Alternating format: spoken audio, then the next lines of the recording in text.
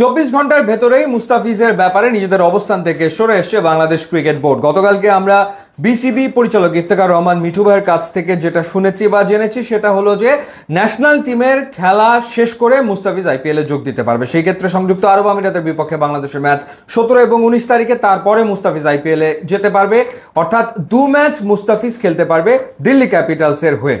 কিন্তু 24 ঘন্টার ভেতরেই সেই অবস্থান থেকে বিসিবি সরে এসছে এবং এখন মুস্তাফিজকে এনওসি দেওয়া হয়েছে, নো অবজেকশন সার্টিফিকেট দেওয়া হয়েছে 18 থেকে 24 মে পর্যন্ত। সেই ক্ষেত্রে মুস্তাফিজ দিল্লি ক্যাপিটালসের হয়ে 3টা ম্যাচেই অ্যাভেলেবেল আসলে হয়ে গেছেন। এখন 18 মে দিল্লি ক্যাপিটালসের খুবই গুরুত্বপূর্ণ ম্যাচ গুজরাটের বিপক্ষে, এরপরে আরও 2টো ম্যাচ তাদের বাকি রয়েছে 21 ও 24 তারিখে মুম্বাই এবং পাঞ্জাবের বিপক্ষে। তো সেই ক্ষেত্রে নিশ্চিতভাবেই সংযুক্ত আরব আমিরাতের বিপক্ষে প্রথম টি20 ম্যাচে একাদশে তো মুস্তাফিজ থাকবেনই, সেই ম্যাচ খেলে তিনি চলে যাবেন আইপিএলে। এখন দেখার ব্যাপার হচ্ছে যে 17 তারিখে এই ম্যাচ খেলে 18 তারিখে তিনি দিল্লি ক্যাপিটালসের মাঠে নামতে পারেন কি না, আবার নামতেও পারেন, কারণ যে ঘটনাটা ঘটেছে যেটা আগেই আলোচনা করেছিলাম যে মিচেল স্টার্ক আর আসলে আইপিএলে ব্যাক করছেন না এই সিজনে, তিনি সেটা জানিয়ে দিয়েছেন। সো দিল্লির আসলে মূল ফাস্ট বোলারই ছিলেন মিচেল স্টার্ক, 14টা উইকেট তিনি নিয়েছিলেন। এখন তিনি না থাকলে সেই জায়গাটাতে মুস্তাফিজ আসলে নেবেন জায়গাটা, এবং সেই ক্ষেত্রে হয়তো বা দেখা যাবে যে খেলিয়ে দিচ্ছে দিল্লি, আসলে তাকে খেলিয়ে দিতে পারে। এখন প্রশ্ন হলো যে কি কারণে বিসিবি তার এই অবস্থান থেকে সরে এসছে। এর কারণ আসলে 3টা।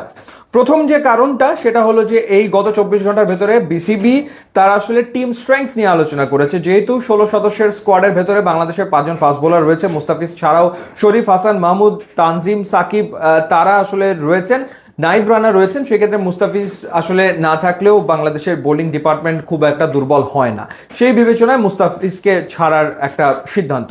আরও 2টো কারণ রয়েছে। দ্বিতীয় যে কারণটা সেটা হচ্ছে যে এই মুহূর্তে বাংলাদেশ ক্রিকেট বোর্ড পাকিস্তান এবং ইন্ডিয়া দুই দেশের ক্রিকেট বোর্ডের সাথেই ভালো সম্পর্ক বজায় রাখতে চায়। পাকিস্তানের বিপক্ষে বাংলাদেশের সিরিজ রয়েছে এবং পাকিস্তান অনুরোধ করেছে যাতে করে এই সিরিজটা পাকিস্তানেই হয়, এবং সেই ব্যাপারে বিসিবি আসলে গ্রিন সিগন্যালও দিয়েছে। সো একই সাথে যখন ভারতের পক্ষ থেকে অনুরোধটা করা হয়েছে, দিল্লির পক্ষ থেকে অনুরোধ করা হয়েছে যে মুস্তাফিজকে যেন ছাড়া হয় আইপিএল এর জন্য, তখন আসলে বিসিবি সেই অনুরোধ রক্ষা করছে, কারণ ভারতের বিপক্ষে বাংলাদেশের গুরুত্বপূর্ণ সিরিজ রয়েছে এবং সেই সিরিজটা বাংলাদেশের জন্য, বাংলাদেশ ক্রিকেট বোর্ডের জন্য বাণিজ্যিক দিক থেকে আবার খুবই লাভবান হওয়ার মতো একটা সিরিজ। তো সেই কারণে মুস্তাফিজকে আসলে ছেড়ে দেওয়ার সিদ্ধান্ত। থার্ড যে রিজনটা সেটা হচ্ছে যে ক্রিকেটের যে হাইপ সেটা আসলে অল অফ এ সাডেন নিম্নগামী হয়ে গিয়েছিল। ফুটবলের জনপ্রিয়তা যেমন হঠাৎ করে বাড়তে শুরু করেছে, ক্রিকেটের জনপ্রিয়তা কেমন যেন কমতে শুরু করেছিল, এরকমটা আমরা দেখেছি। জিম্বাবুয়ের বিপক্ষে বাংলাদেশের যে চট্টগ্রাম টেস্ট, প্রথম দিন টিকিট কেটে মাঠে ঢুকেছে মাত্র 8 জন মানুষ।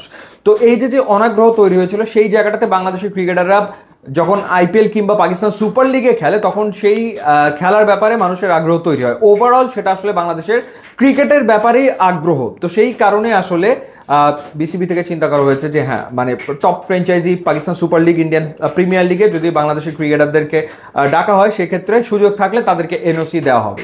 সো এই যে 3টা কারণ, সেই 3টা কারণে বিসিবি 24 ঘন্টার ভেতরে তাদের অবস্থান থেকে সরে এসছে এবং আপাতত 24 মে পর্যন্ত এনওসি দেওয়া হয়েছে। এরপরে পাকিস্তান সিরিজের সময়সূচি ঠিক হয়ে যাবে, কনফার্ম করবে 2 বোর্ড। তারপরে দেখার ব্যাপার যে দিল্লি আসলে প্লে অফ নিশ্চিত করতে পারে কিনা, তখন গিয়ে আসলে বোঝা যাবে যে মুস্তাফিজ তখন আসলে প্লে অফের জন্য আর এনওসির অ্যাপ্লাই করবেন নাকি তিনি আসলে পাকিস্তান সফরের জন্য বাংলাদেশ টিমের সাথে যোগ দেবেন, সেটা তখন আসলে বোঝা যাবে।